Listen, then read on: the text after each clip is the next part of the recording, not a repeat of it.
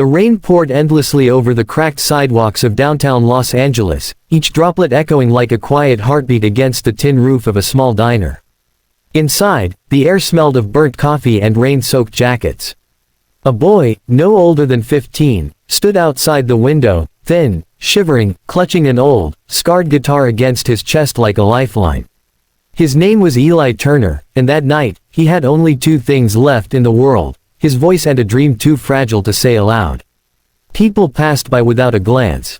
The city was loud, too loud to notice one more soul trying to survive.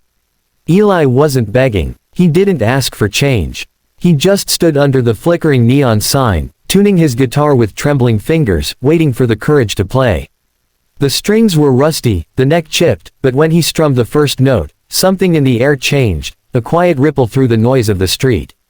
The song was Hotel California. He'd learned it by ear, one late night at a shelter where an old TV played a rerun of a 70s concert. The haunting melody had carved itself into his memory. To Eli, it wasn't just a song, it was escape. A world where people listened, where stories had endings that didn't hurt. As his voice rose, low and soft, the crowd's chaos softened. The melody floated across puddles, slipping under umbrellas, touching people who hadn't planned to feel anything that night. A waitress inside the diner froze mid-step. A cab driver turned down his radio.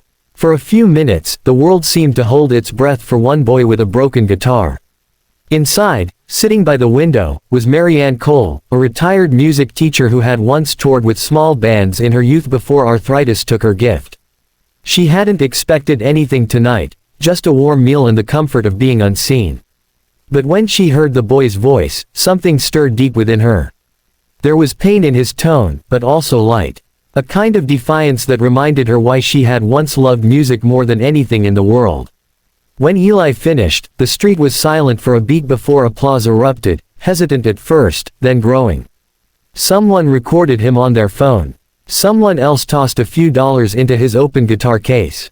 Eli smiled shyly, murmured a thank you, and moved on to another song. But for Mary Ann, the night had already changed.